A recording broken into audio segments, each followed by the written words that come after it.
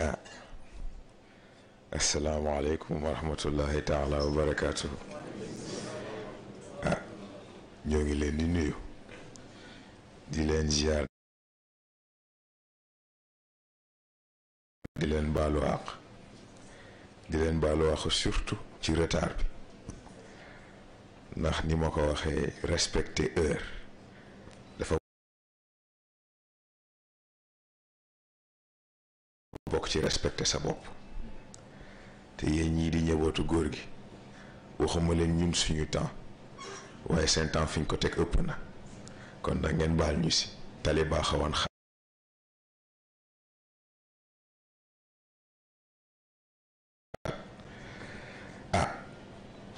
ñoo ngi leen di ndokkeel ci koor gi xam naa sama ñaari mbokk yi moom lu ñu wax rek ñu ne la voix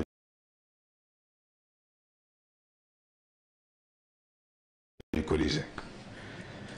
waaye xam naa moo leçon ya desee moo ko xam naa dañoo ragal a tari waaye macha allah ndax njëriñ lu mu ndaw ndaw avancement la.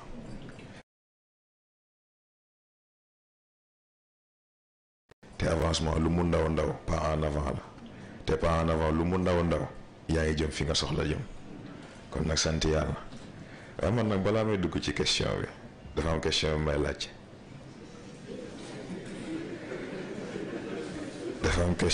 laaj xaw ma nag ba xam docteur laa koy laaj wala kan laa koy laaj xam naa daal naa posé sama question ndax bu njëkk dañu miinoon ñuy jàngale ci cadre conception ni fécondation pour mu am il faut un certain nombre de spermatozoïdes il faut que ñu wër ovule bi ki ci ñëkk a am chance dugg moom mooy judd et pourtant gannaaw loolu scientifique yi découvrir ni du loterie sélection la. ovaire bi mooy xool spermatozoïde bi dëppoo ak moom mu ne yow kaay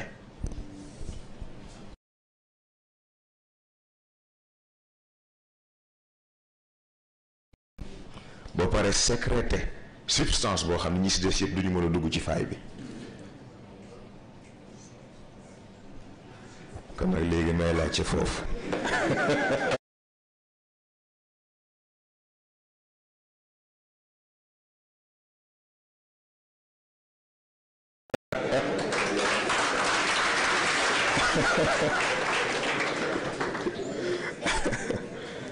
xawma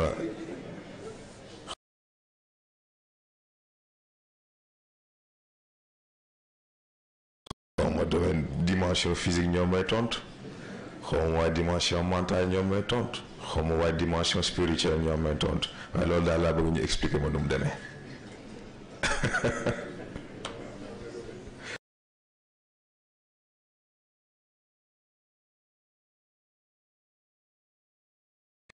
waaw léegi évolution wu nit fan lay tàmbali Cheikh El Hadji Malick moo ko tontu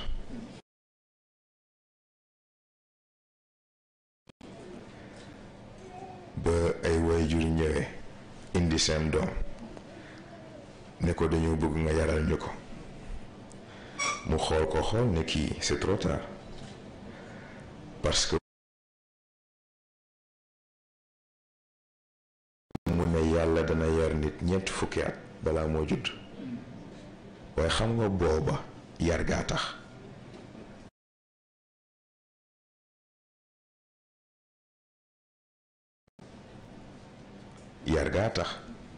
ndax doom boo bëggee mu mel ne na nga bëgg mu mel danga koy njëkkee ci sa bopp jikko ba nga bëgg mu am yar ko ci sa bopp xalaatin gi nga bëgg mu am njëkkee ko ci sa bopp raw gi nga bëgg mu raw njëkkee ko ci sa bopp moo tax en effet ci parents yi lay njëkkee waaye yamu fa ay étape la bu parents yi defee li leen war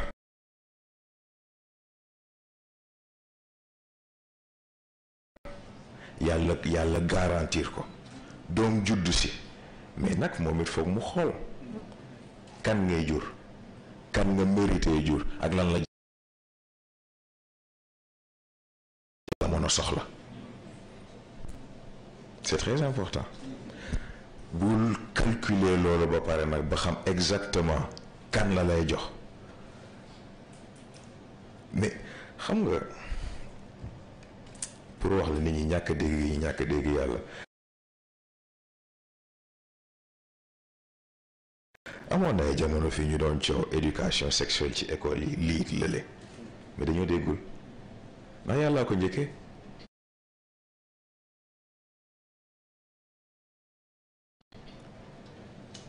yàlla ba muy jàngale lim nangu diggante góor ak jigéen mais du tey.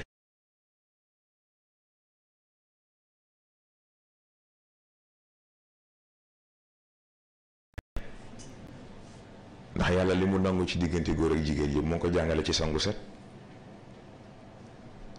lan moo tax c'est très simple loo war a sang dafa fekk mu war a tilim waaye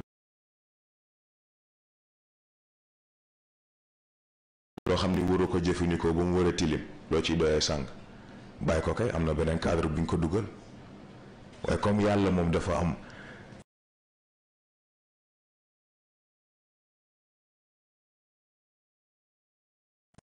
benn classe bu muy fonctionner am na benn bassesse boo xam ne du fa àgg moom da lay jàngal sangu set rek ne nga raxasal sa bopp nii bàyyi la nga dem.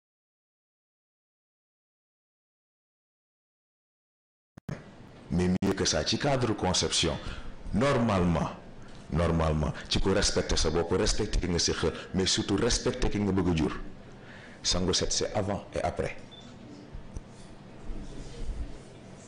c'est avant et après ndax ndegam nit lekk la war a nekk la war a raxas boppam raxas ay loxo ndax bañ dugal ci biiram lu mu warta dugal masak foofu kon nag c'est avant et après. gis ngeen bu loolu jàllee conception bi ci boppam ñoo ngi wax 9 mois de grossesse waaye dafa war a njëkkee 9 mois de préparation. grossesse du lu simple.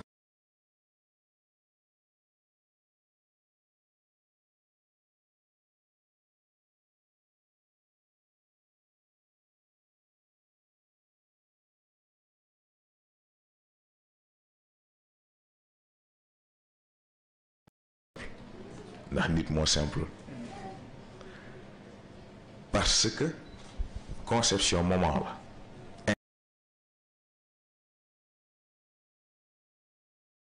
instant la waaye instant boobu ci la lépp di joué instant boobu bu sa xel demee dina am impact instant boobu loo xalaat leneen dina am impact instant boobu sa respiration bu jàllul yoon dina am impact.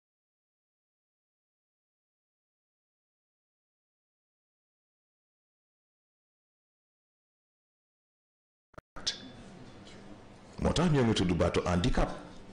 mais xanaa xamoon ne lii yëpp da ciy joué am na loo xam ne.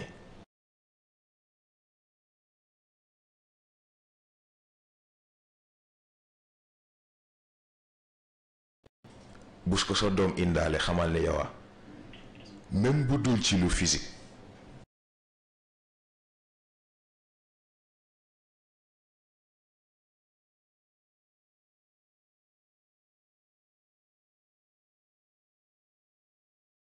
parce que àq dafa am solo c'est très important ni ma ko waxee sànq sa doom mën na judd indaale benn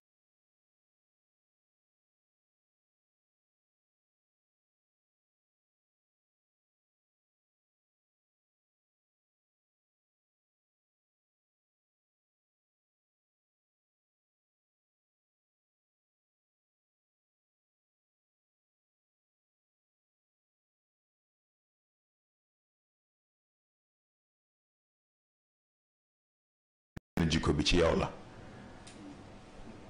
sa doom mën na judd indaale benn melokaan bi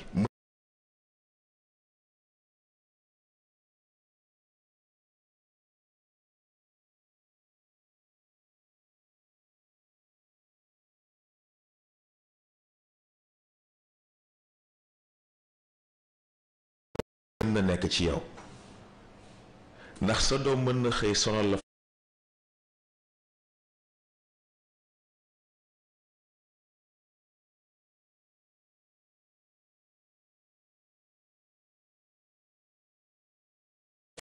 façon boo xam ni da nga dul bàyyi xel ne yow noonu nga sonale woon yàlla ni ko benn woykat wéyee rappeur la sax def ne man de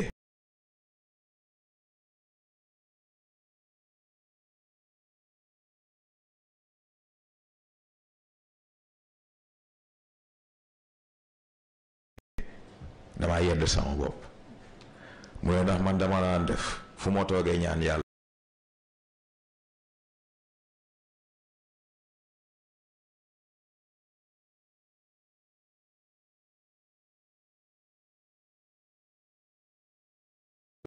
fu ma toogee ñaan yàlla waaye ma xëy yëg ni daf ma jéppi kon nag ma xam ne jot na ma may ko vacances te jël sama yitte teg ko ci kanam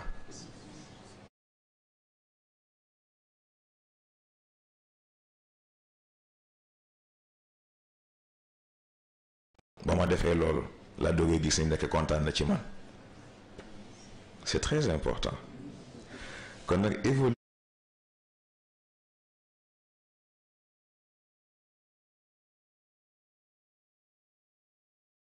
évolution ku nekk am na ci wàll parent bi am na ci wàllam waaye nit ki ci boppam am na yitte bu mu war a def pour évolution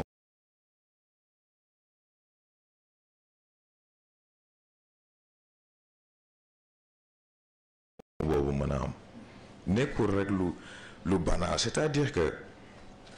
gis ngeen lii ñuy wax ni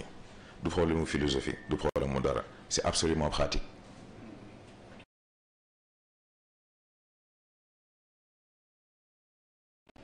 c'est absolument pratique am na ñoo xam ne jot nañ ci waxtaan ñoom am na ñoo xam ne jot nañ ci travail ñoom mais bañ appliquer mbir bi te bañ ko jàppee rek lu abstrait mais ban résultat lañ gis c'est très important parce que gis nga philosophie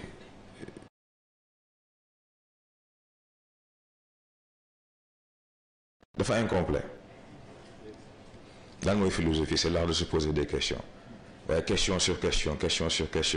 loolu bëgg a dëkki ut réponse boo xam ne boo gisee sax du la doy waaye léegi noo koy appliquer ci sa bopp kon nag philosophie kese doyul application bi dafa am solo c'est très important ba fàttewu ma dara ci question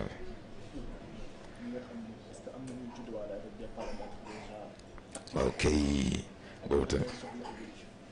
évolution ñëpp a ko soxla ndax yàlla ko njëkkee ci boppam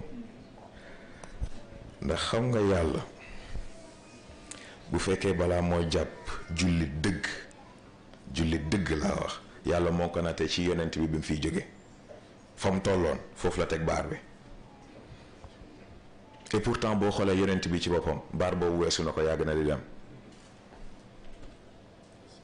kon nag évolution c'est absolument nécessaire ndax yàlla ci boppam dafa am benn seuil minimum bu mu fixé mbindeef bu respecté wu seuil boobu ci sa cadre développement ci sa cadre puissance ak ci sa cadre xam-xam da lay éliminer recycler la xool nag léegi ci yeneen mbindeef yi ñëw kan moo ci soxla composant yi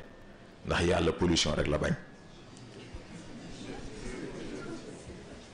c'est très important moo tax liñ ko waxee bi passé doomu aadama moom destin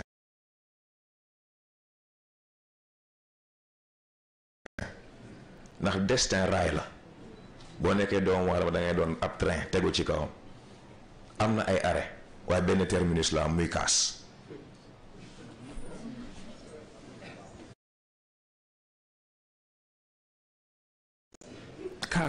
ndax yàlla soxlawul doomu aadama nit la soxla bu fekkee da nga yemale sa bopp nag ci train nga àgg boo àggee ñu xool lan lañ mën a récupérer dem joxe ko koo xam ni moom mën na koo jëriñoo mu jeex tàkk ci cadre nag genre pré-outillement boobu ñu leen di defal c'est que waaw la déedéet la parce que yàlla loo ñàqul mënu la ko fay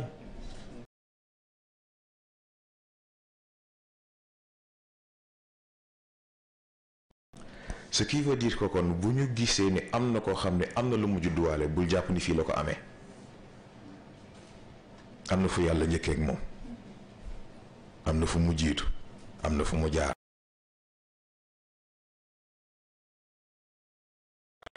am na lu mu ñàq ba am li mu am waaye tamit bu ñu fàtte ne yàlla businessman la foo ne business nag ne investissement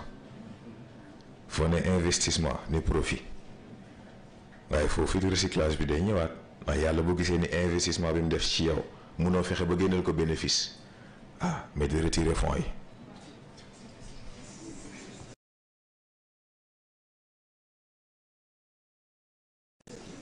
di retirer fonds yi te mooy li Serigne Cheikh waxoon ne wàlliyu nit dina judd nekk wàlliyu te du ko gaañoo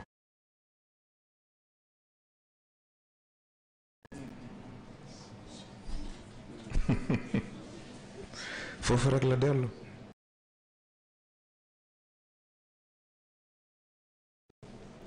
yàlla bu investir ci yow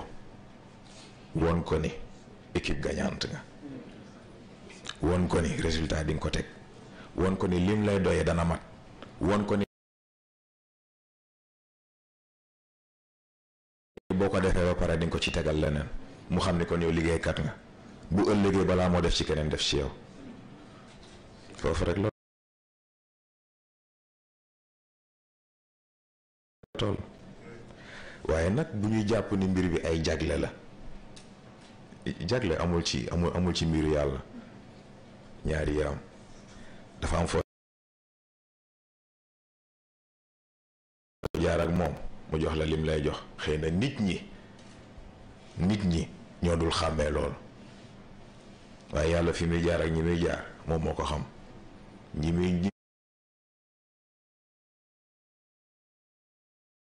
fay lim leen di fay moom moo xam c'est très important gannaaw loolu nag comme ni ma ko waxee investissement bi il faut nga fexe ba yow nekk investissement rentable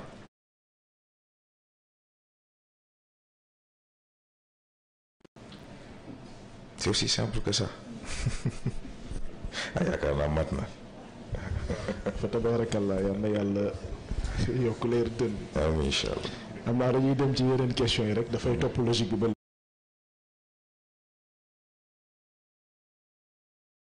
léegi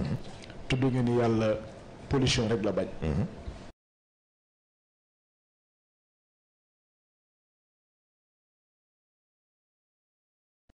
nga wax ni suñu physique mooy suñu premier environnement muy laaj comment peut-on contrôler notre environnement et comment expliquer la complexité entre environnement, corps et notre esprit.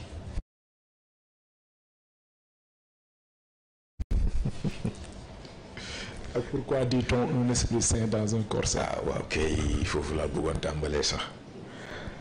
xam nga un esprit sain dans un corps sain boobu nit moomu ko ndax xam nga ñoo ngi tudd noyau humain mais foofu la dellu parce que noyau humain mooy central bi nga xam ne moo dajale yaram xel ak ruux waaye boo yamalee mbir yi si un esprit sain dans un corps sain c'est parce que ruux la guggul wala bu duggee ba pare dàqu na kon ak foofu wax ji lan la ci foofu nag environnement bi pollution bi fa lay dellu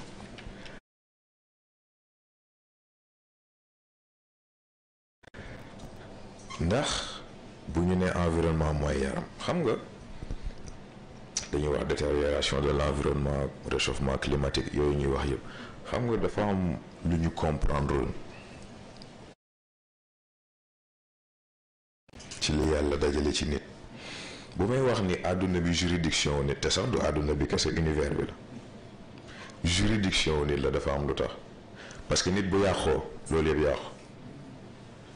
du nit moo dépendre ci àdduna dépendre ci nit pollution yeeg yi ñuy seetlu yëpp nit moo yàqu nit moo matul doomu aadama moo deful li ko war ba àgg fi mu war a àgg moo tax yi koy wër yëpp di ko wër parce que ak lu mënti xew xam nga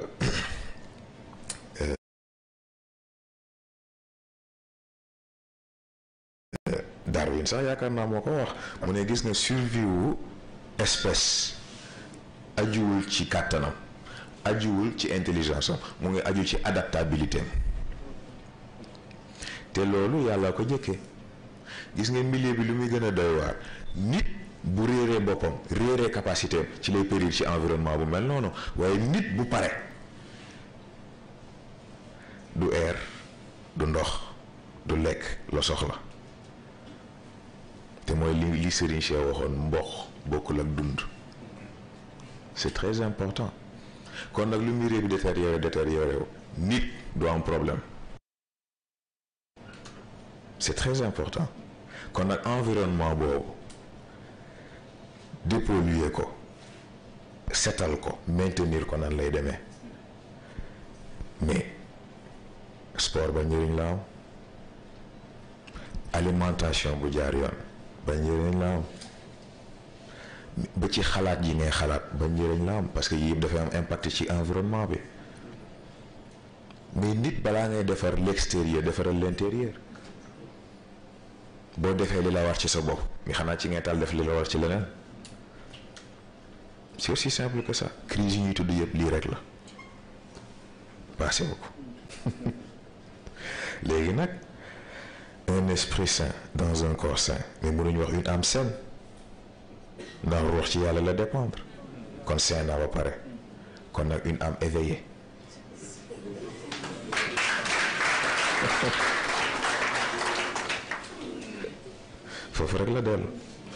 foofu rek la dellu ndax bu yaram matee yaram nga def ci moom li mu war a def ci yoon mu matit xel partenaire mat ruux partenaire ah xanaa kon ci la noyé bi mën a màgg xam nga dafay dellu ci xëy na loolu benn mbokk tudd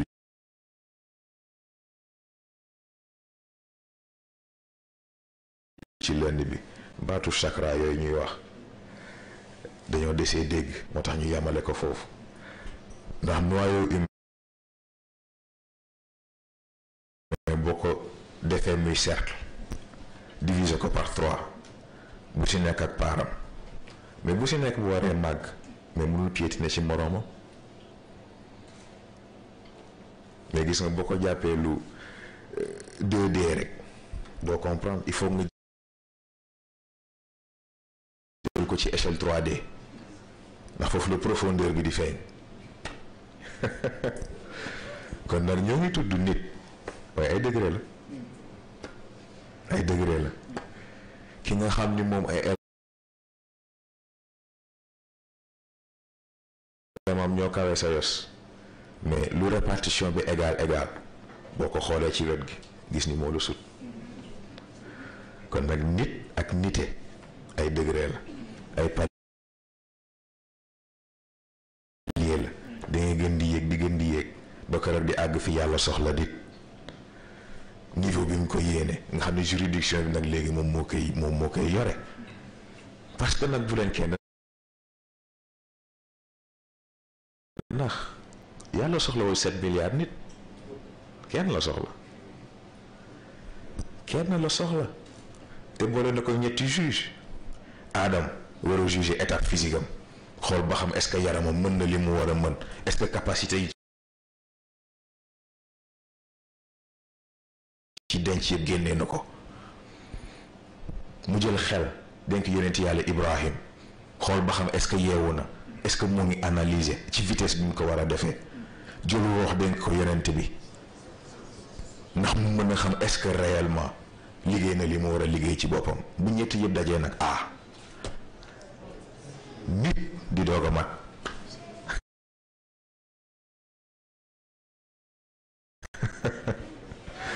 c'est extraordinaire xam naa maa ngi commencé piétiner sax ci yeneen domaine yi am na solo de xam naa moom bu yóbboo les partisans yi lutter pour la protection de l'environnement changer de paradigme. waaw foo ñu njëkkee ci seen bopp. il le faut absolument parce que toujours nit dafay jóge ci dafay fàtte boppam di seeti affaire yi ci biti ba ci suñu borom sax bi muy wax ci dégradation de l'environnement nit la ko delloowaat ndax zaharul fasad fil barri wal bahr bi ma kasabat ay di nas di fait des agissements de l'homme parce que daf ko jox mandat ba pare daf koy laaj compte rendu effectivement mu ngi doon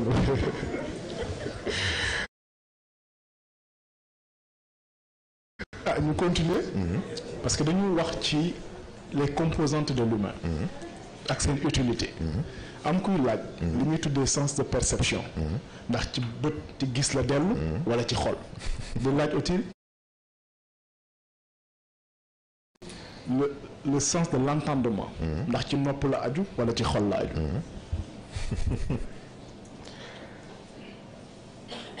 Nikola Tesla moo résoudre problème boobu ndax ci waxam boobu mu ne ñetti chiffres yi bu ko nit déggoon dana xam li ko yàlla dencal mu ne 3 ni 6 ni 9 man wax jooju dama ko déggoon di ko étudier waaye yàlla xam ne góor gi sax ma ci gàggan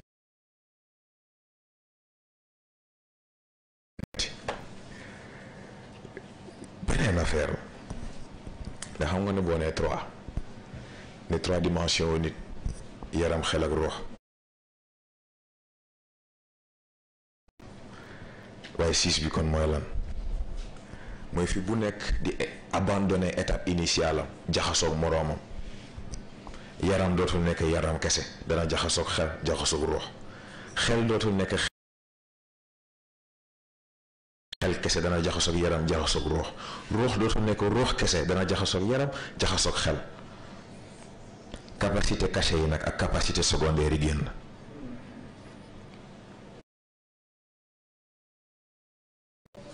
est-ce que yéen a ngi comprendre li mu bëgg a wax c'est très important ce qui fait que à partir de là mais maa ngi ciy waxtaan ak Moustapha Ndiaye bii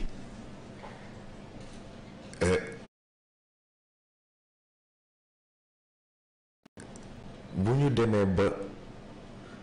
suura di am xet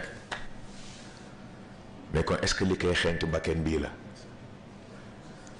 mais boobu sax sori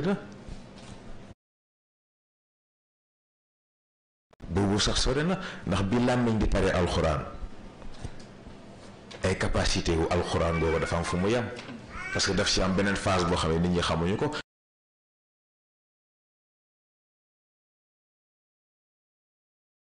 te mooy li nga xam ni aaya bi nga xam ni ruux moo koy tari c'est très important moo tax ayatul kursi bii ngeen miin di ko tari boobu du groupe original bi boobu pièce de musée bi ñu bàyyi ci arche la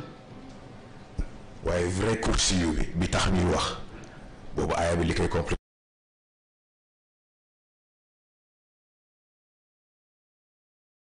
ruux rekk ko mën a tari ndax làmmiñ kàddu yooyu dafa diis ci moom bu koy tudd du yàqu kon nag yamul ci li physique yamul ci li charnel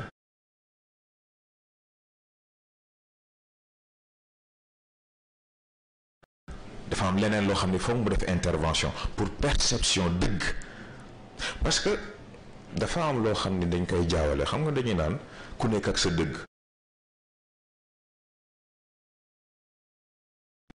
baat boobu d'accord ma parce que ku nekk ak sa réalité la mën a d'accord réalité boobu ci perception ku nekk la de la dépendre perception nag ku si nekk ak sa bos boo xam moo xam dafa subjectif moo xam dafa objectif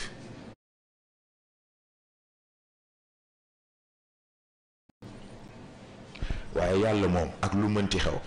c'est la vérité même kon nag moom doo ko àtte ci réalité ci réel nga koy àtte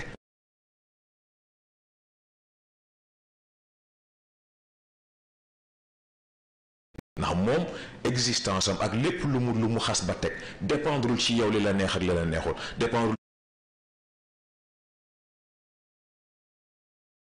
ci li nga gis ak li nga gisul dépend ci say capacité ak li nga tële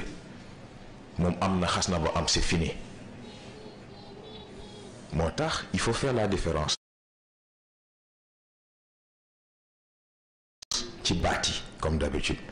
gis dafa am gis-gis am dégg dafa am déggin am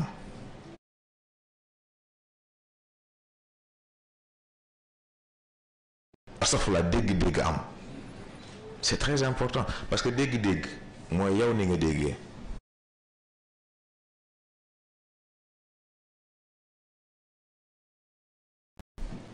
waaye dégg mooy sens ba ca nekk réellement c'est très important dafa jar a xàmmee kon nag foofu perception il va falloir nit paramétrer boppam de façon à ce que du nekk perception bu dépendre nag léegi ci réalité bi mu tegal boppam da koy delloo boroom ji ne ko nag léegi yaa may yore ñu dellu nag ci 9 ba ndax 9 c'est 0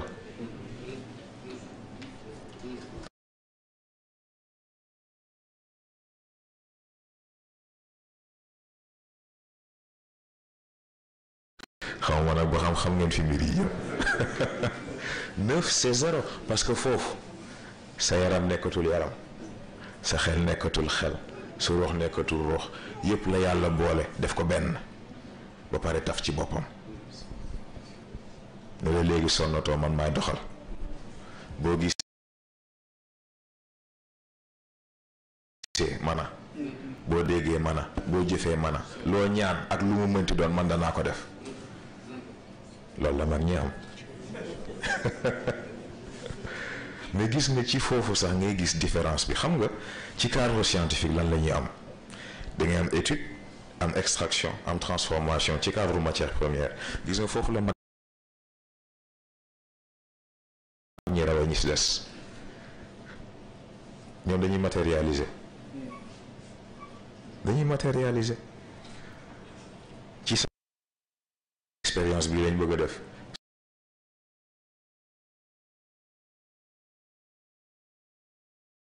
substance bi lañ bëgg a créer téléporté nañ laboratoire bi élément yaa ngi ni taxaw na dajale nañ la ñu bëgg a dajale travail nañ la ñuy travailler tëjaat nañ ko nànk dugal seen poche doxi seen soxla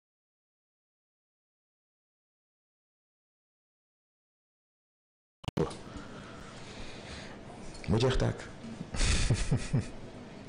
moo tax ku xamul li nga am xamoo ko waaye alors lu ku sàggan ku fa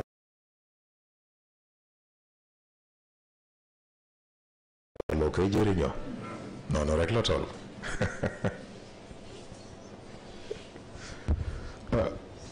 de ku dégg loolu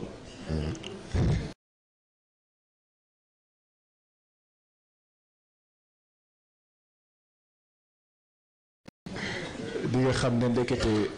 question bi ñu doon posé ci rañaanu yonent bi naan ndax ruuxam moo dem wala jëmmam moo dem yaakaar naa yàlla wax na ni ma zaagal basaru wa ma taxa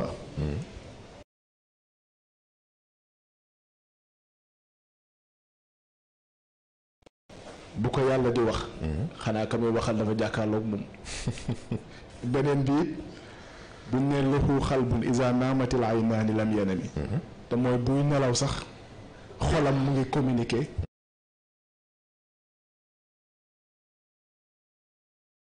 ak asamaan ci loolu aussi ñuy laaj ku mel ni Cheikh Ahmed Tidiane Chérif ni impact bi lumière bi doon def ci yaramam ba température am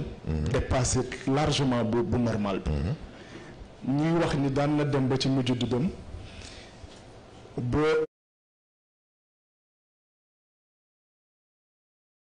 boo yëkkatee xëy lan la sax mel ni da nga koy agressé lan mooy def loolu avancée technologique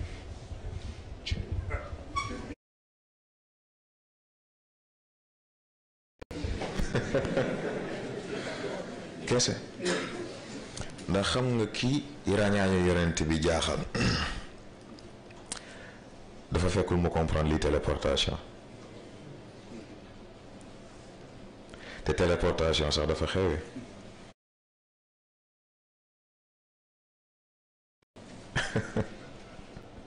ndax am na koo xam ne lien am ak yàlla mais yàlla sax sore na ndax yàlla ku si nekk am na lien ak yow.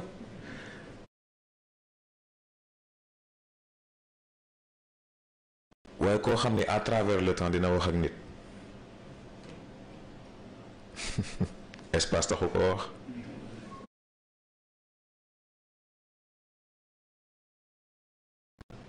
ce qui fait que foofu avancée technologique mooy différence bi parce que ni ma ko expliquer léegi mag ñi ñoom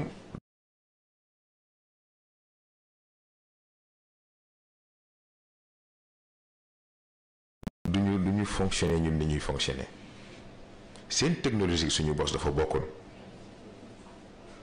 loolu leen di permettre li ñuy mën a def ñu koy def xam nga say nager mi ngi indi léegi mais moom àgg na ci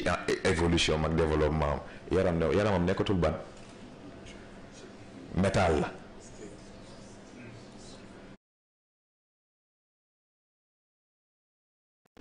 looloo koy permettre ruuxam ak na mu toll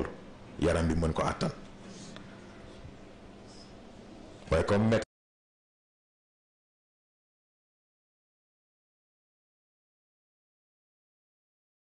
moom it dafa mën a garder chaleur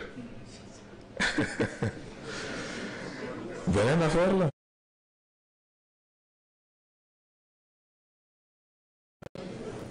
moo tax il faut que système de refroidissement am il faut que système de refroidissement am ce qui fait que nag léegi boo dugalee beneen élément ci équation bi boo indee xëy la mu yàqu dafay déséquilibrer le tout lan moo tax loolu parce que yow yaa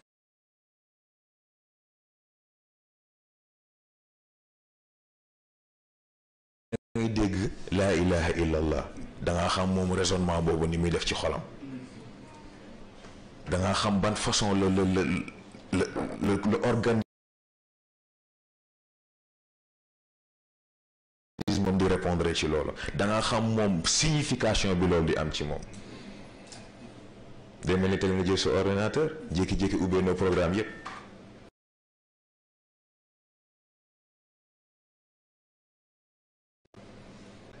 dina chauffer c'est aussi simple que ça moo tax boo bëggee mu dalaat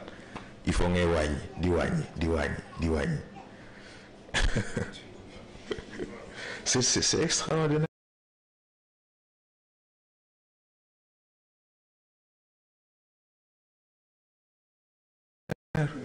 C'est extraordinaire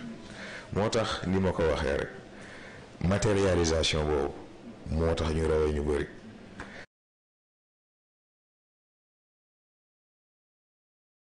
c'est beneen affaire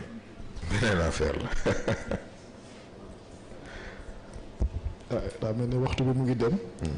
waaye dafa am ñu bëggoon rek am na concept yoo tudd donte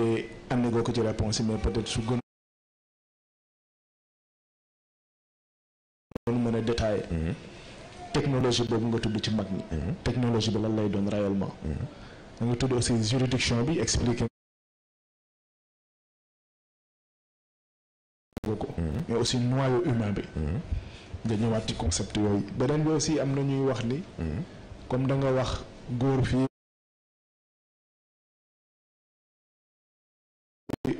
amul soxna du mat li mu war a mat am na ci ñoo xam ne amuñu woon fit mais dañoo bëgg a exploiter loolu mais lan mooy mariage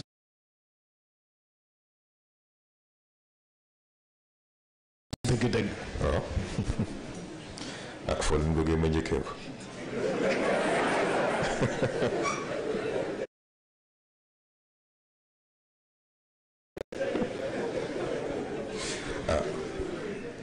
xam nga ni jamono tëddee dafa am ñuy jaawale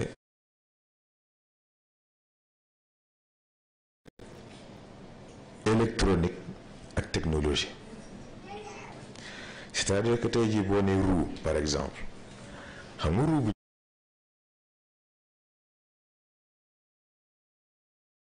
njëkk bant la woon ñu dem ba roue nekk pneu am jante loolu avancée technologique la technologie bi technologie wu ruu la mais avancée technologique am na, c'est-à-dire que technologie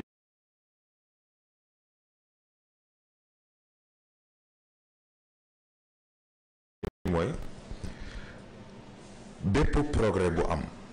pour améliorer fonctionnement wu nit, xam nga ba xam yéen a ngi comprendre li ma bëgg a wax lépp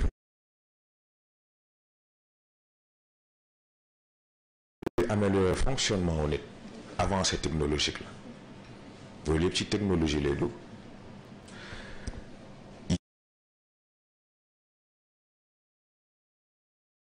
yaakaar naa boobu bon war na leer parce que xam nga mais yow mën a dégg sax xam nga nañ ko delloo ci téléphone yi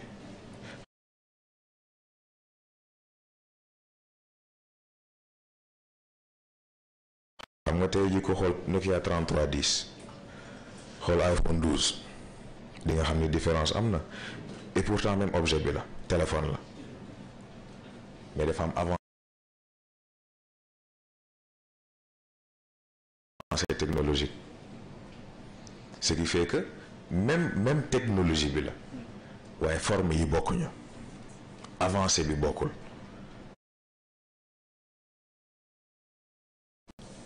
compétence yi performance yi bokkatu moo tax loolu la ñuy woowee avancée technologique mag ñi nag ñoom seen chance mooy comme ñoom du ñuy jaar ci processus bi nit ñi di jaar dans le sens où du ñuy def étude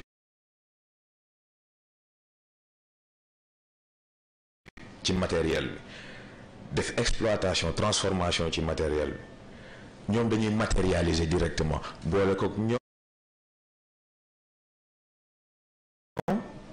fi ñuy tibbee ak fi nit ñi di tibbee bokkul ndax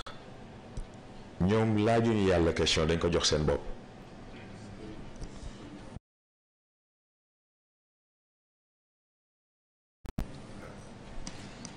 alors que scientifique yi ñëw dañoo poser question ba pare ndax bëgg yokk seen bopp moo tax fa lañ daanoo mag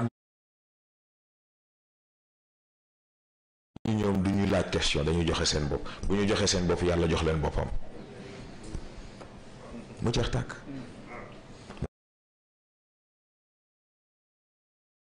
moo tax li leen di yàlla di baaxe ñeneen duñ ko am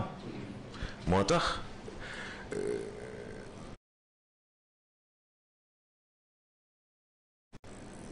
nu mu tuddati waaye transmission bi nii lay demee mag ñi dañuy créer seen technologie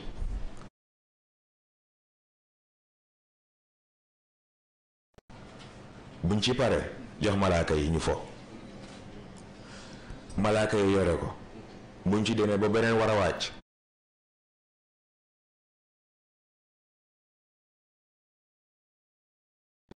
ñu jël sànni nit ne ko nit am nit focc ba pare yaakaar ne moo rey golo yépp c'est tout fekk na am ñu nekk ci seen biir di dox ak loo xam ni waxuma la bombe nucléaire waxuma la bombe H waaye bombardement kinétique sax du moromam noonu rek la toll moo tax li ma wax sànq rek ku xam li nga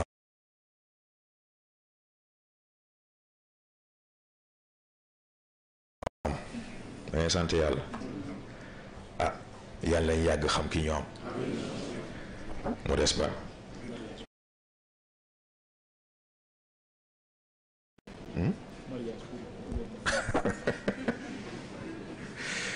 waaw xam naa foog ñu def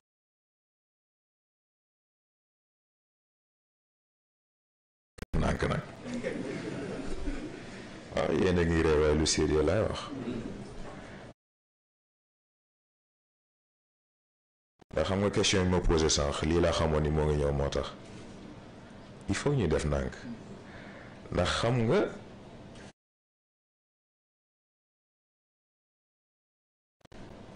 waxuma la sax ci cadre xel waxuma ci cadre ruux, waxuma ci cadre jikko ak ni nga war a jëflante ki nga war a jëflanteel.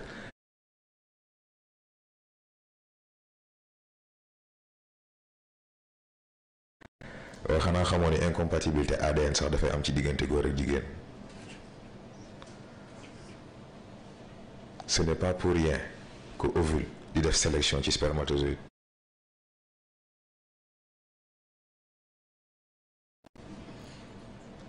noonu la jigéen war a def sélection ci góor. góor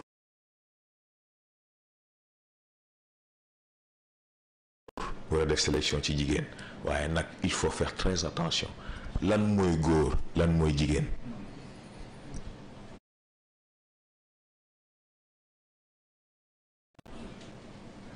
gis ngeen loolu du problème mu appareil reproductif.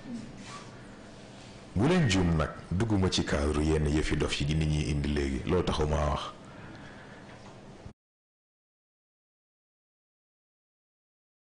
gannaaw ba nga amee la nga war a am ci sa cadre physique am na loo xam ne foog nga dajale ko ci sa cadre mental te mooy il faut que nga comprendre sa rôle ci àdduna lan la ndax ñoo ngi wax droit.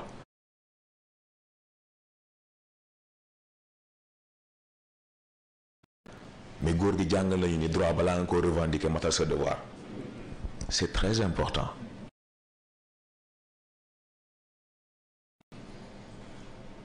kon nag góor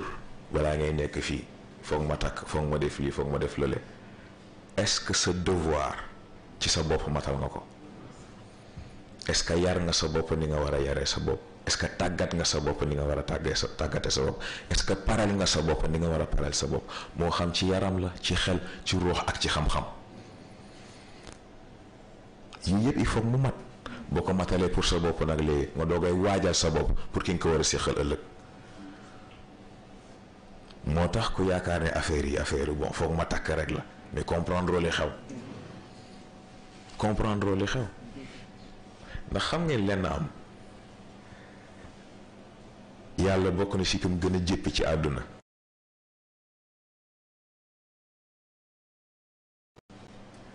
ku dugg ci dara indaale ko ba pare génn ba ko ca xamoo ba xam yéen a ngi dégg li may wax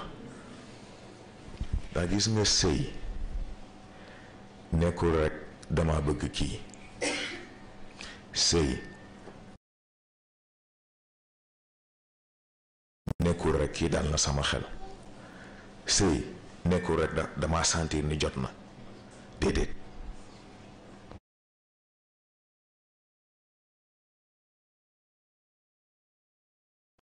jot gi ci sa yitte la aju jot gi ci sa yitte la aju te beneen bi du yow yaa koy tànn yàlla la koy tànnal c'est aussi simple que ça.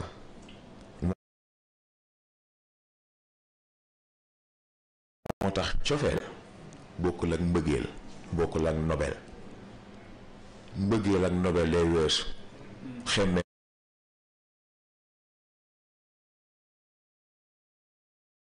day weesu yooyu yëpp day weesu taar day weesu waaye boo jëlee sa bopp dénk yàlla yàlla ne la d'accord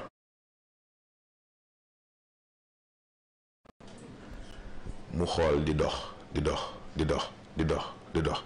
ba dajee koo xam ni dëppoo nag yow ci cadre yëpp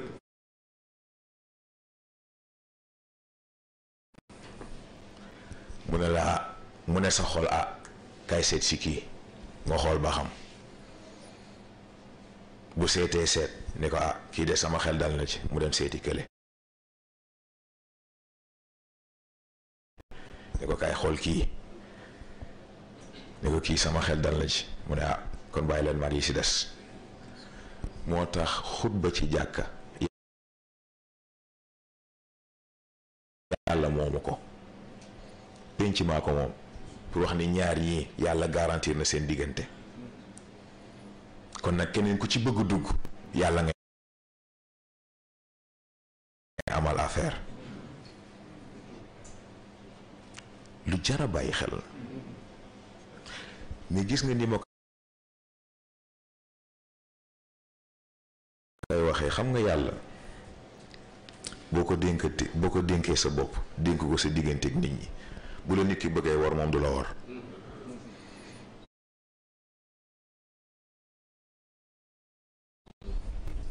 bu la nit ki bëggee war moom du la war c'est aussi simple que ça. kon nag ku ko bëgg a def yëfi taf-taf dugg taf-taf génn taf-taf rek noonu dong la toll.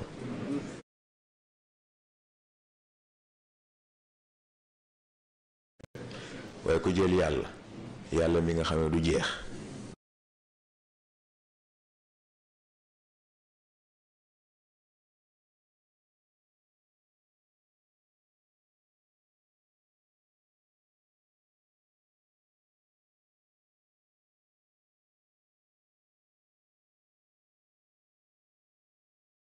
du xaaj du wàññeeku nga jël sa lépp jox ko jël sa xol jox ko jël sa tey jox ko jël sa ëllëg jox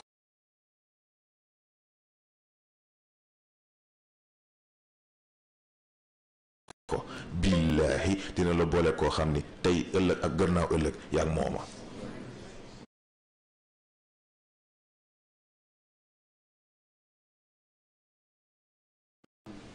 kon nag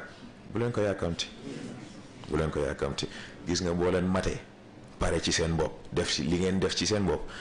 choix du doon problème choix du doon problème.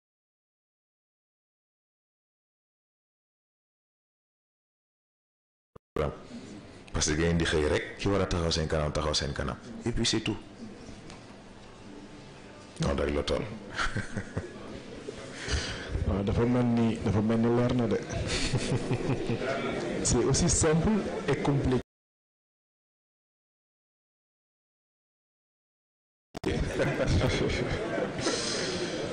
kon nag d'après développement yi mu def. normalement balaa ñu ciy xalaat sax. dañoo war a bàyyi ba université bi jeex.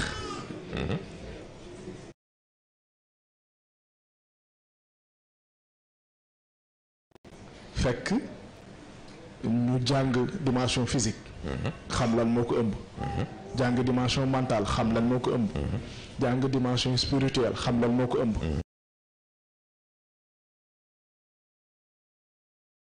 soo ko commencé nag processus bi. exactement ndax xam nga foofu sax xam nga thème bi dafa laaj dégg de la perception au perfectionnement xam nga déjà yaa ngi ko indi sànq ci benn question perception boobu ñuy tudd fan la aju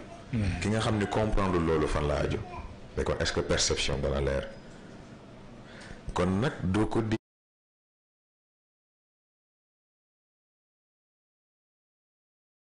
dégg ci wolof ci perception perfectionnement yaa ngi ko dégg diggante gëm sa bopp ak xam sa bopp ndax balaa nga ne naam ne fa balaa perfectionnement boobu di am il faut nga am une image claire boo amee une image claire ngay dooree xam ah mais xanaa du ko nekk boo soloo ba pare balaa nga génn di nga seetu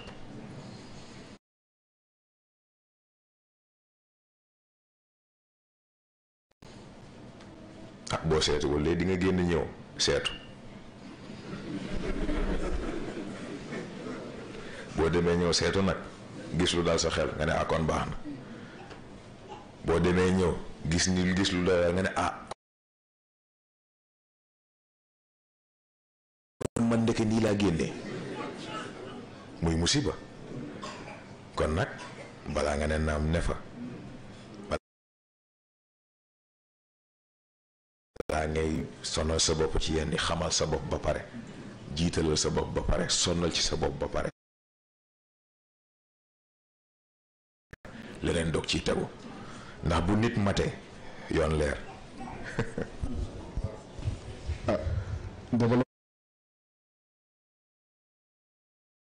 yooyu aussi dafa am lu muy leeral mooy li nga wax ne yàlla soxlawul 7 milliards mais yàlla dafay trier dafay def sélection loolu moo tax aussi remède standard du am ndax kenn ku nekk ak say outils ak say paramètres ndax dafa am ku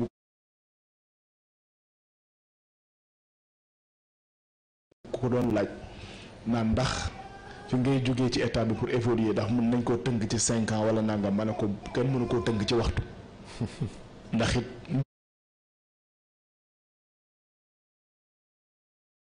mbir la moo xam ne ça dépend de chaque individu. muy laaj aussi logiciel yeeg application yi ñuy installé te léeg-léeg virus yi di ko attaqué nan la ñuy def ba am antivirus ak yan mooy virus yi ak nan la ñuy defee mise à jour bi nee na maa ko wax waaye man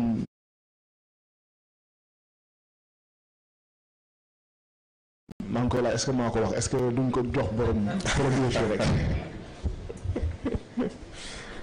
waaw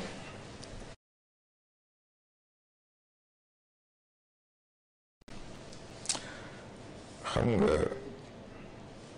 waxuma sax ci cadre logiciel la yow nag loolu sore na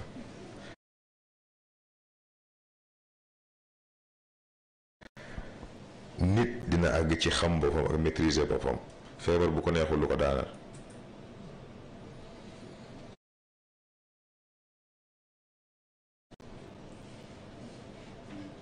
xam nga lu tax loolu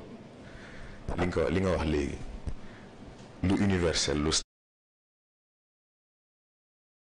standard amul mën nga am ay effets similaires waaye du bokk boo bàyyee xel loolu mais lan moo tax ñuy wax MacBook lu tax ñuy wax mënul am virus c'est parce que dañoo comprendre technologie bi virus yi ñu miin du pour Mac OS pour Windows la système yee bokkul waaye Mac OS am na virus yoo xam ne foofu lay dox te du dox feneen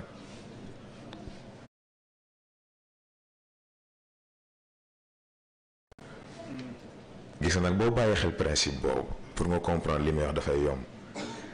bu fekkee lu standard amul kon système standard amul nit ki bu sonnee ci boppam système personnalisé la fay am bu amee système personnalisé la nag lu dul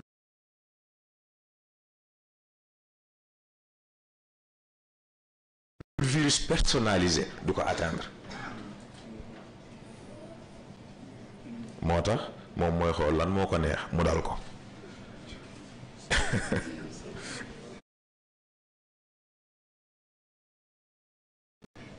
lii yëpp ci yar sa bopp ak xam sa bopp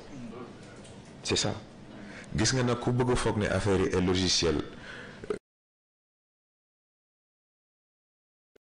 universel la demeewul noonu ay différence la bu ci nekk dañ ko tëgg pour chaque système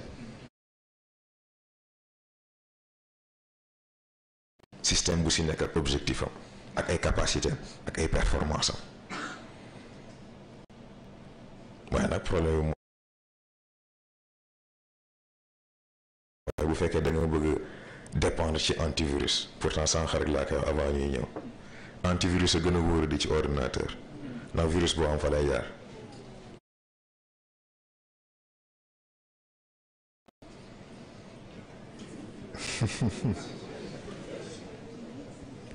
c'est ça te lii nekkul rek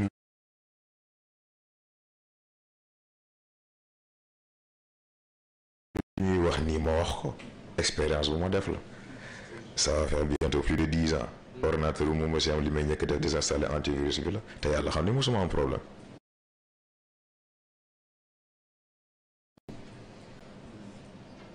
kon nag nit même principe bi la antivirus déjà kan moo la ko jox est-ce que kii la ko jox xam na li muy def bu xamee li muy def est-ce que xam na ci yow mi mu koy def est-ce que dëppoo nag yow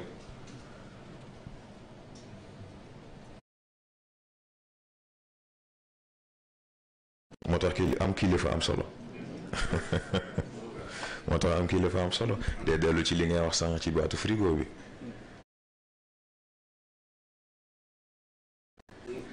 amal frigo bi gën ci àdduna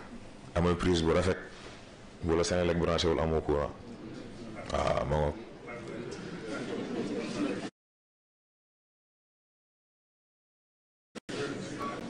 kon nag booy uti abonnement di uti contrat da ngay dem fekk koo xam ni courant du coupé noonu rek la toll.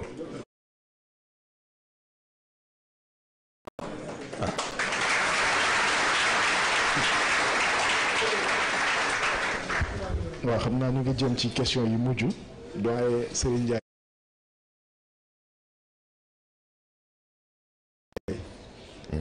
su duñ la jox rek nga posé ko directement. ñëwal.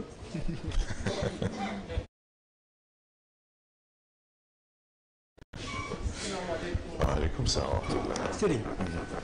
il y a quelques années waxoon naa la j'aime bien ton style. Est-ce que tu te rappelles? yaa ngi koy fàttaliku. dama ñaanoon. Habib. bërki démb. ni ko mu may ma quelques minutes. tey ma wax ci li ma xam. ak ci li ma yëg. ak ci li ma bëgg. xam nga yow tuwaar fakal la. dama gis. 1965. man maa ngi nekk CE2. CM1. ñuy fête indépendance. ñuy fête indépendance. Sëñ Moustapha mi ngi am ay 12 ans 13 ans. mu dajale ñetti école principale arabe yu Tivaouane. pendant des jours. mu leen di defarloo ay entraînement gymnique. 12 ans. Tivaouane préfet. ci route nationale bi. ak toutes les autorités. ak Massamba Sall. nga xam ne bu du woonoon a nekk damel. Sëñ Moustapha. ñëpp yi jaar. ba école yi war a jaar préfet. non commandant lañ doon wax. mu ñëw ñëpp jóg taxaw muy def loo mouvement gymnique. élèves yi. ñëpp jóg tàcc mu jàll 12 ans. ñu ànd def kermesse. ñu ànd dem nawetaan xeex. ñu ànd dem tool. ñu ànd war saret. jëli mat. 2002. soxna Fatima. gën a nekk ndaw. ñu dund benn expérience. bu ñu sa baay defal leen ko. pendant 4-5 semaines. li Cheikh El Hadj Malick defaloon njar ne ña mu am. yaa ngi ree parce que xam nga la nga fa daj. man ñu defal ñu ko chaque semaine mu baax a ñu ñetti fan. Khalifa Fall mi ak ñam daan àndal kon ñoom duñ mën a woon permanent dañuy fekk ci dernier jour bi ak conférence bi. Fatima soxna muy nettali naan waaw man ma war a sangu mooy duy ca temb de parce que ca àll ba la ñu dem.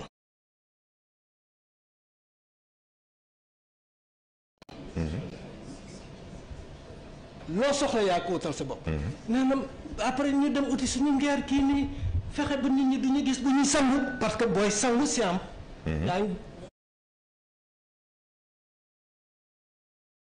yaa ngi jàkkaarloo ak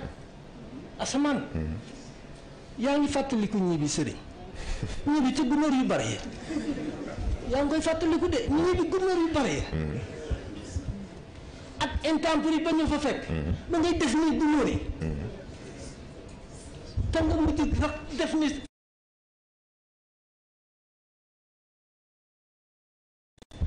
ma téye benn baat ba léegi. sëñ Moustapha wax ni dafa commencé rek ni mi ngi la bëggoon wax sax ni nga yëkkati sa loxo. mais wax na la ko. parce que maam dafa toog teg loxoom ni coono bi gunóor yoo xam ni fa ñu nekk àll la boo xam ne bi sëñ Moustapha di wax ni maa ngi ko bëggoon wax sax mu yëkkati loxoom mais wax na ko te wax nañu ko ci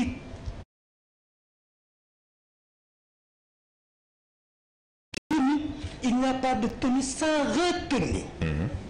Il n'y a pas de tenue sans retenue. Ndeysaan booba ndeysaan oh métti woon na de boobu waaye mën a xoola ñu ngi mel ni safara ci moom avec beaucoup d'affection ma ne kon yéen fi mu war a jaar ak yéen jaar na fa ndax foofu lañ ko jaarale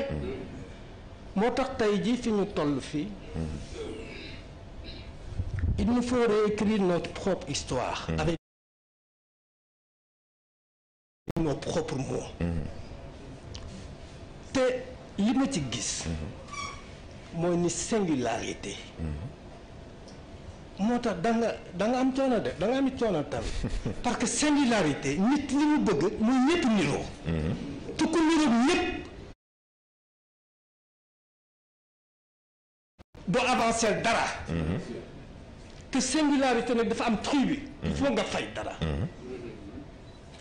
parce que da nga mos wax fii y a quelques années nga ni mais ñun nga wax ñi wax ni nga ne mais ñun ñooy concept ci yaa ko wax ñun ñooy borom concept te ñun ñooy tendance parce que tendance moo jiitu mode parce que te mode bu ñu ko waxee rek weesu na maintenant nekk sur les réalités ce qui se passe penser nos propres mots pour faj suñu bopp moo tax xale yi wax yi ñu wax fii nii te maa ngi koy wax ay bokk man leen sëñ maam problème yi posé sax du ay solution ay questionnement la parce que sëñ Moussa dafa wax mu ni boo amee idée li koy def njariñ mooy nga xalaat ci mu indi beneen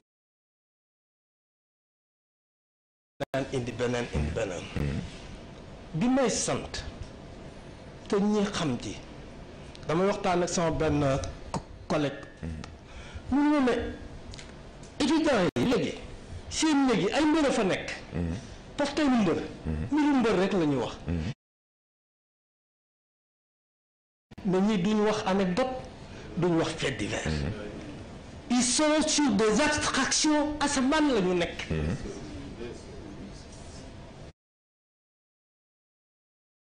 te da nga am sa propre style na nga téye sa style na nga ci tax na nga ci dëgër ñu ñoo doxale mukk ni sa baay doxale parce que doo yokk bon te yokk la ñu soxla yokk la courage moo koy def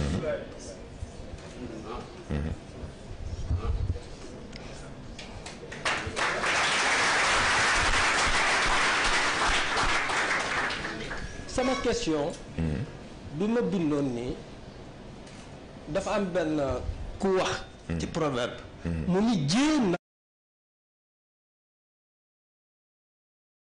n'a fait qu'ébaucher l'homme c'est sur terre qu'il se réalise mu ni yàlla kat subhanahu wa taala nekkul lu dul door nit gis nga dàtt bi comme bu ñu fagoon lii muy dàttu garab ñu bëgg ci génne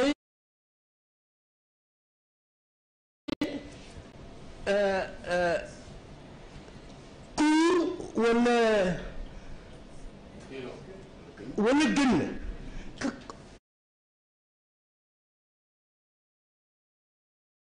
ka koy defare am na koo xam ne ci day dagg rek ba mu niroog mais fa lay yem mais am na koo xam ne que lu muy mujjee mooy di fab lañ set di xoos ca finition ba ak di jël papier mais ku jëkk instrument yoo xam ne yi day duur rek mooy li seen Cheikh di wax mu ni ki defar tàll ba pare doole ci di tifli di fomp ak tubay caayaam nee na gën a jekkal mu jekk. léegi question bi nag mooy la réalisation de l'homme sur terre. question boobu. nga baal ma ko te nga baal ma nag li ci des yëpp. mais j'apprécie le style.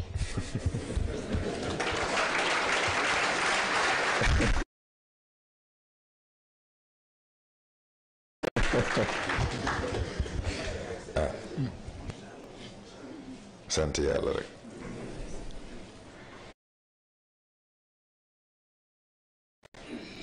ndax xam nga sax style bi nga tudd moo question bi nga tudd c'est la même question. dama koy wax benn mbokk.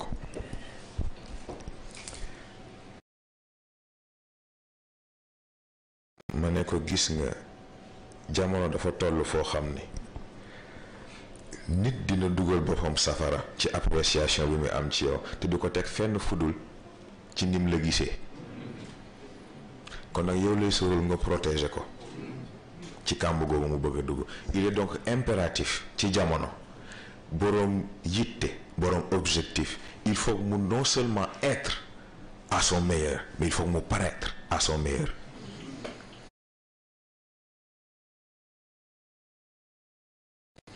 ndax am na foo xam ne boo fa bokkee foo mënti toll il faut ku la xool xam ne kii de fële la loolu rek a indi style bi.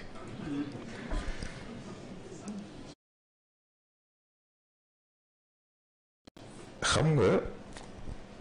gis nga question bi nga posé ni question bu ma mës a intéressé la parce que dama mës a seetlu benn sculpture boo xam ni ki ko def il est tellement fin avec ses mains ba ci xeer mën na la indil effet voile. gis nag nit même principe bi la.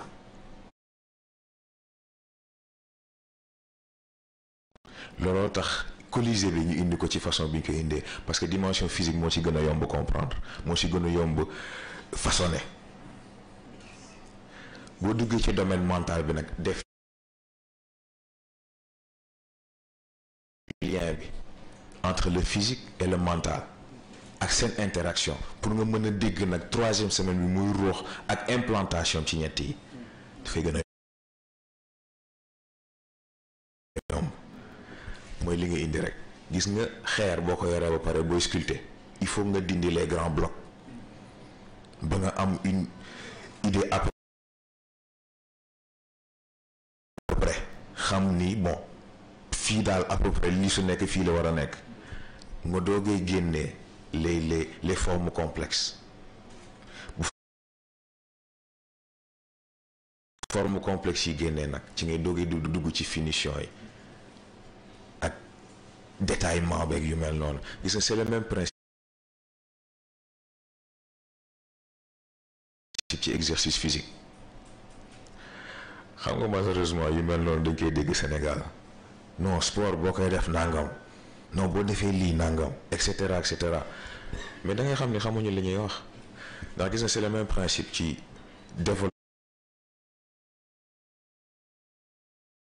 développement physiquement même côté esthétique ak côté performance c'est le même principe doo tëb rek bëgg dugg ci leen li wala bëgg àgg fenn fi il faut nga jël sa temps étudier sa bopp étudier sa mécanisme yaram étudier sa métabolisme ak réponse bi muy def. tey ji am na façon exercice yoo xam ni tey ji loo mën ci lekk di nga ko génnewaat li nga soxla rek ngay garder te loolu sax ci côté exercice rek la bokkul ak mécanisme bi yàlla jox nit ba pare ce qui fait que am na sax côté physique nooy travailler sa bopp mais man gis naa mag boo xam ni il a plus de 75 ans mais boo xoolee yaramam moo gën a dagg sax pilier bi mais lan moo ko may loolu mooy même principe bi da ngay dégager les grands blocs indi forme complexe yi doogay àgg ci finition yi c'est le même principe gis nga muy yaram muy xel muy ruux c'est le même principe il faut nga nangoo tàmbale li nga xam ne en fait moo la gën a sonal li la gën a gàllankoor nga écarté ko tegee ko la am nga pas en avant boo def gannaaw loolu nag léegi ngay dagg di dagg di gën a rafetal di gën a détaillé ba mu mel ni nga soxla mu mel laa nag yaa ngi jege nit loo gën a détaillé mu gën a rafet mu gën a niru lu grandeur nature ci ngay gën a jege nit di gën a jege nit di gën a jege nit parce que bu fekkoon yàlla dafay defar nit ñëw rek teg ban sens lay am formation bi mu soxla ci moom du ko mën a am ba juridiction mu mën ko yore mandat def ci lim ci war a def correctement moo tax il faut que mu jaar ci phase de sculpture boobu phase de raffinement boobu ba moom it mën a mat li mu war a mat.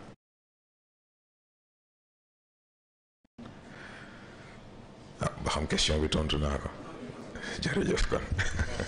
donc d'après les développements dañuy jàpp ni kullu mawludin yuuladu alal fitra mooy ébauche bi. irji'an ila rabbika radiyatan mardiya de réalisation bi. diggante bi nag yàlla ñaan fi doomu aadama mu jóge ci état bi mu nekk dem ci état bu nit. xam naa dañuy dem ci dernière question bi. waaye bala mu ciy dem dafa wax yu am solo. te Serigne Moustapha def ko. defal leen ko defal ñu ko. ndax dañuy wax nañu ñun la Serigne Moustapha jur. mais yow njabootam nga. xam nga ñu nekk ay xale nekk jàng école. mu créel ñu ay colonie de vacances. ñu yóbbu la ci ñibbi. doo am mat laa ci basan ngay tëdd. ndox bi ngay kaas bi ngay sangoo nga ñëw fekk ñu tegal la ko pour nga naan ci. mu nekk entraînement. ñuy def loo génie en herbe. may fàttali ko 2006 bi ñuy théâtre. fekk defu ko pour ñuy def ay spectacle. mais boobu mu ngi préparer la génération future. moo tax encouragement yi nga ko wax kii ñu xam ci jom ci fayda il va le réaliser incha allah parce que Serigne Moustapha mérité na ko ndax def na lu nekk xam naa ne cadre boobu sax du ci dugg. ndax xam nga li mu fàttali léegi ci cadre ñii bi ci laa jàng baat boobu mu mës la wax léegi am na koo xam ne boo ko ne boo courage da ngay sonal sa bopp ndax amul choix koo xam ne li mu gàddu moo xam oyof na moo xam diis na moo xam ñeme na moo xam ñeme ak lu mënti xew mur baa ngi ci gannaawam li taxaw ci kanamam moo xam ñeme na ko moo xam ñeme ko kanam rek la am comme choix boo ko nee bon courage it da nga koy sonal ndax amulu ko njëriñ am na koo xam ne ca kanam rek ñeme na ko ca kanam rek ragal na ko ca kanam rek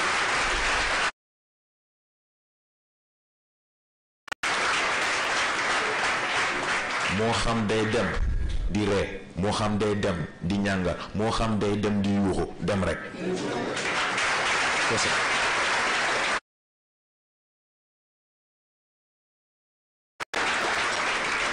te gis nga tonton Seri lépp moo ngi ñu ko jàngal ci protection ñibbi ba lépp ci protection ñibbi ba ndax gis nga gunóor yooyu maa ngi ko doon yëg bu baax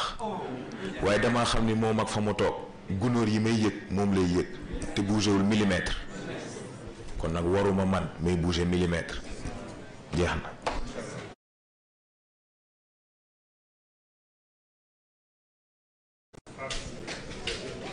yàlla na yàlla barkeel incha allah dañ lay jox dernière question bi. suñ paree rek nga jaaree fa tëj te ñaan. dafa am kuy laaj ne da nga wax ni. ci noyau humain. mooy tax nit di am volonté.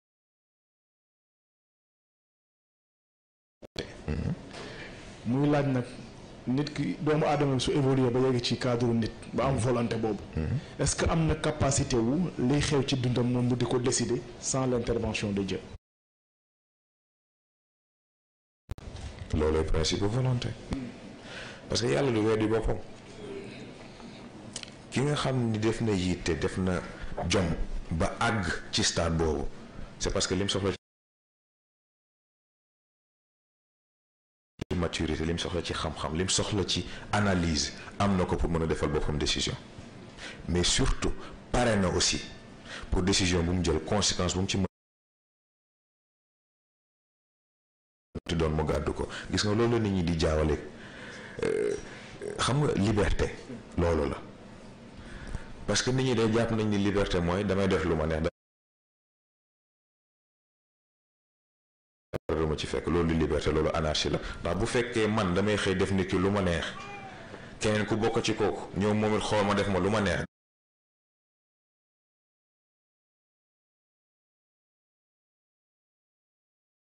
de def ma lu ko neex ah du sotti du sotti waaye nit ku nekk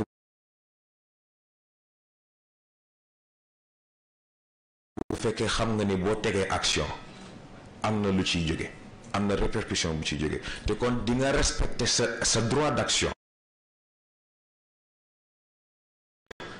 mais aussi di nga des respecter sa devoir de conséquence te mooy boo tegee sa action ba pare loo ci fekk yaa ko moom waaye nit it bu la tegee action conséquences yi moo ko moom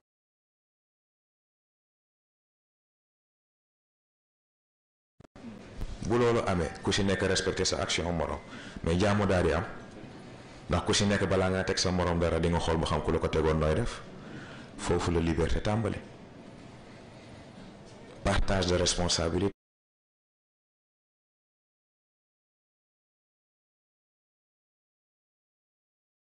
la loolu mooy liberté te c'est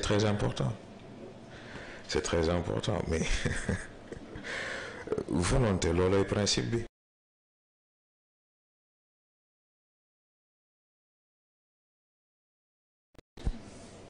boo xasee ba àgg ci stade mën a jëfandikoo sa volonté na nga ko war a jëfandikoo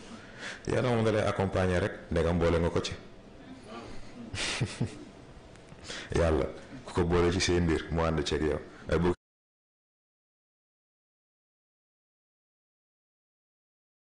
ci génne moo la ni génne na ci boppam noonu rek la toll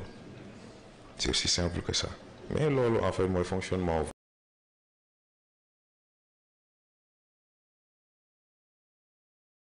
volonté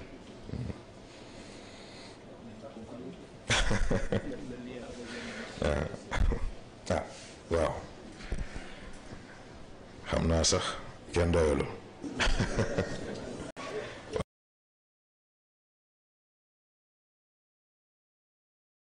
ay it jeexagul tey la première semaine di doogay mat dese na yeneen ñaari semaine moom de niñ koy waxee rek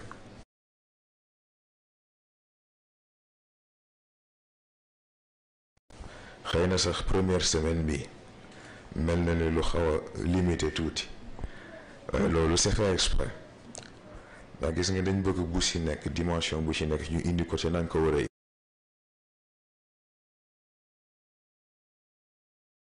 indi d'abord dans le stade le plus pur possible bu ñu paree nag xool ji ci des bu ci nekk impactam ci bi ci des moo tax xëy na indi nañ dimension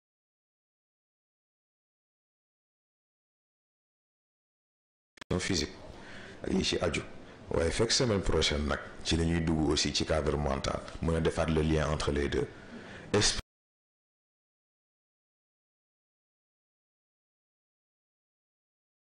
sain dans un corps sain boobu ñuy tudd ñu indi nag léegi sens réel lan moo tax mu am c'est très important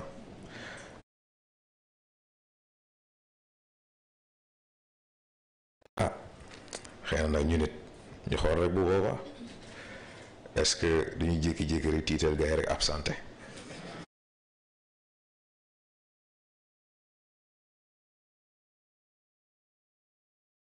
ndax xam naa moom buñ naa def question bu am rek ñu ne non maama ngi fi ay bàyyi leen rek naa xam nu ma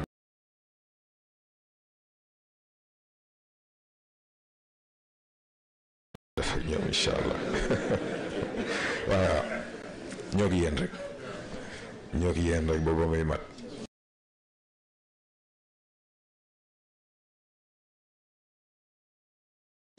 ndax it suñu yéene mooy du yem ci koor gi am nañ yéene continuer ko di ko traité di indi élément yu bees ba keroog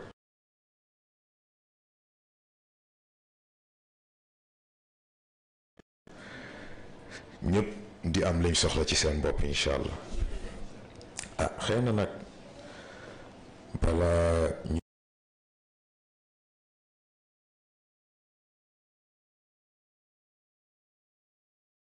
ñuy tëj bay ñaanalante dafa am lu ma bëggoon mu leer ndax dafa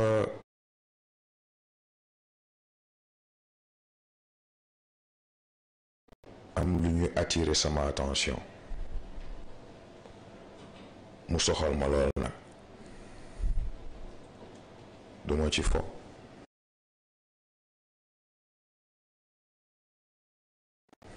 duma ci kaf duma ci ree duma ci pardonné ndax dañ ma wax ni dafa am ay xale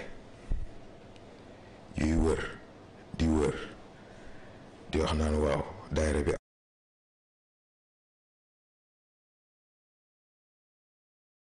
amatul Moustarchidine junior rek am ma yaakaar ni nag loolu ku sa xel di dox sa xol di wër di nga xam ni loolu tegewul fenn ndax gis nga bu leen jaawale waxuma leen sax daayira bi waxuma leen Moustarchidine waxuma leen leneen suñu colisée gii bu dul woon autorisation góor gi doo leen ko séen ñun sañu ñu def lu réeroog moom lim tëral sañu ñu def lu mu d'accordul sañu ñu taxawal lu mu d'accordul Moustarchidine junior moom moo ko fi teg Moustarchidine junior nekk fi pour remplacer daayira bi cadre la cadre de formation la pour képp koo xam ni yëg nga ci sa bopp ni soxla nga ko rawatina xale yi waaye lan mooy xale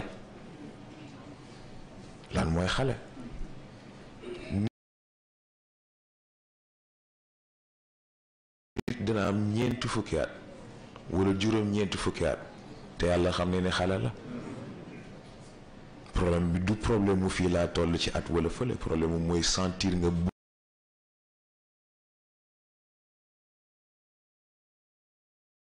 besoin wu avancer sa bopp loolu doo nga ko tax a jóg nag Moustarchidine junior cadre de formation la ñi ñu fiy formé bu ñu paree ñoo war a dugg ci daara bi def ci seen kàttan gis ngeen nag dafa am lu jar a bàyyi xel te góor gi jàngale na ko gis ngeen seytaane du la approché mukk ci man li nga wax d'accord ma ci dalay approché ci ni laay yow lii nga wax man loolu laa d'accord foofu laa bokk sax waaye foofu laa jaar di la ci puus di la ci génne ba nga génne ca ba set ci wecc mooy la waa kay am naa li ma bëggoon mu lutu leen loolu ndax nag dafa jar a xàmmee ñi leen di approché di wax ni Moustarchidine leen di wax ni li ngeen gëm leen gëm te yàlla xame du ci dëgg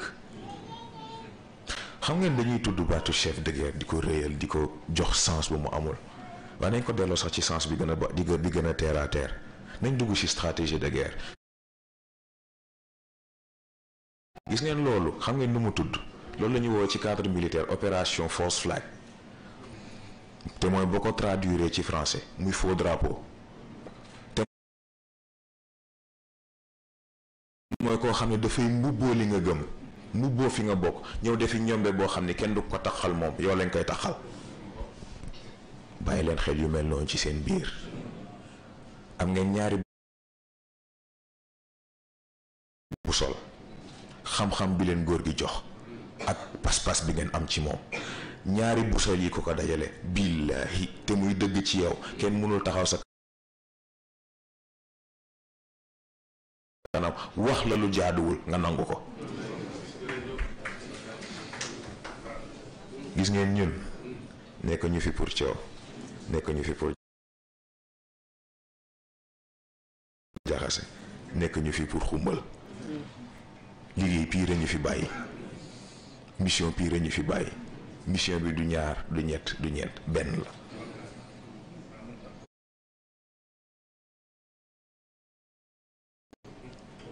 ñun ñii duñu def lu ñu neex lu ñu def dafa am fuñ ko teg gis ngeen éveil mii ngeen dégg naa ci bañ a dugg sax nga am na loo xam ni tudd ko sax ëpp na. éveil bii boo nee yaakaaree lu ñu teg la nii rek xamoo leen li xew xamoo leen li xew dafa am turandoo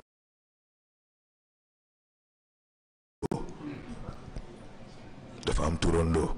te éveil mi yonent baa ko baptisé falaa yam nag falaa yam daayira bii ku ko bëgg a def ñaar di nga jaar ci suñu bakken yi daayira bii ku ko bëgg a tas di nga wax lu leer nañ di nga ñax lu leer nañ waaye di nga naaj ba nga xam ne ndeke deret dafa cher duñu ko seetaan mukk ku mu mënti doon nag moo xam xale bu yaree di ko la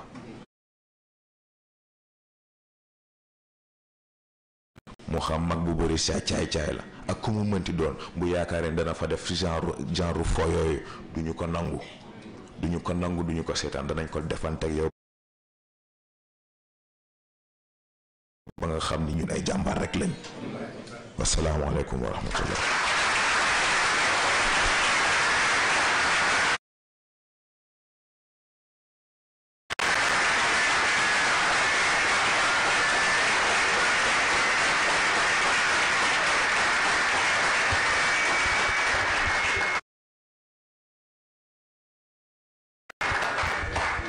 ñu jàng fatiha fàllaxe ak naa salaatul fatihi ñu tëjee ko jotaay bi.